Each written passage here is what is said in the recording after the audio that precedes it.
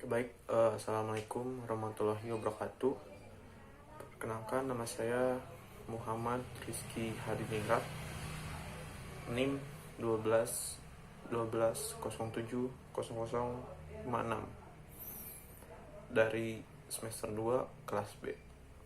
Izinkan saya menyampaikan resum atau rangkuman berdasarkan pertemuan hari ini. Dalam pertemuan kali ini membahas sedikit mengenai kias,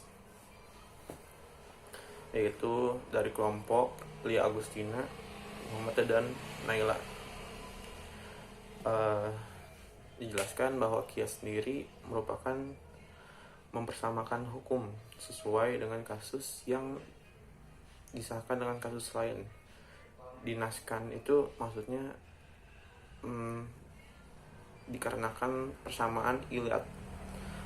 Menurut Imam Syafi'i juga mengatakan bahwa kias merupakan setiap kejadian yang terjadi seorang muslim pasti ada hukumnya, dan ia wajib menjadi nas apabila nasnya ada gitu. Dan apabila tidak ada nasnya, maka dicari permasalahannya tersebut lalu mencari titik jalan yang benar gitu ya, melalui ijtihad seperti itu. Lalu juga tadi sedikit memaparkan mengenai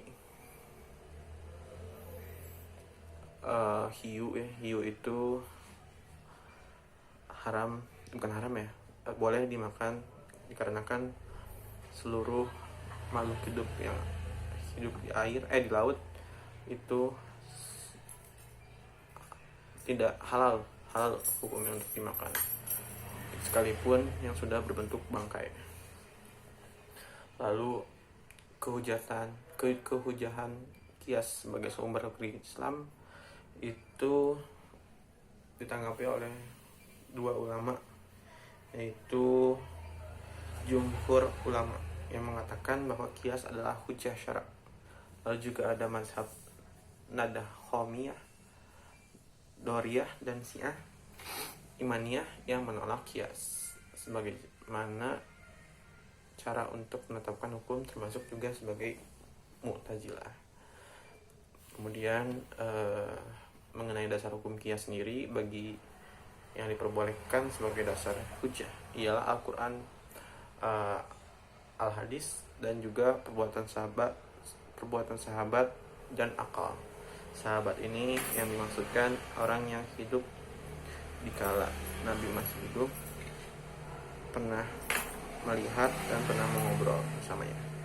Al-Quran dalam Al-Quran sendiri, di dalam surat An-Nisa ayat 59 Allah berfirman tentang bagaimana kata-kata farudhu, berarti mengembalikan semuanya kepada Allah dan Rasulnya. Itu pun mengembalikan kepada hal-hal yang tidak dinaskan kepada yang dinaskan, karena persamaan ilayat itu sendiri. Lalu juga ada hadis dan juga sahabat dan akal.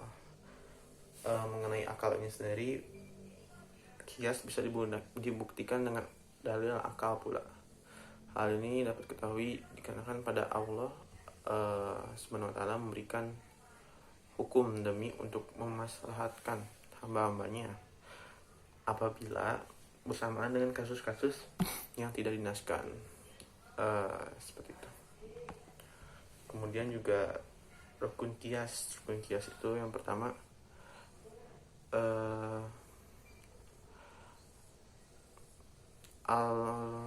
al-makais, itu melibatkan perkara asal.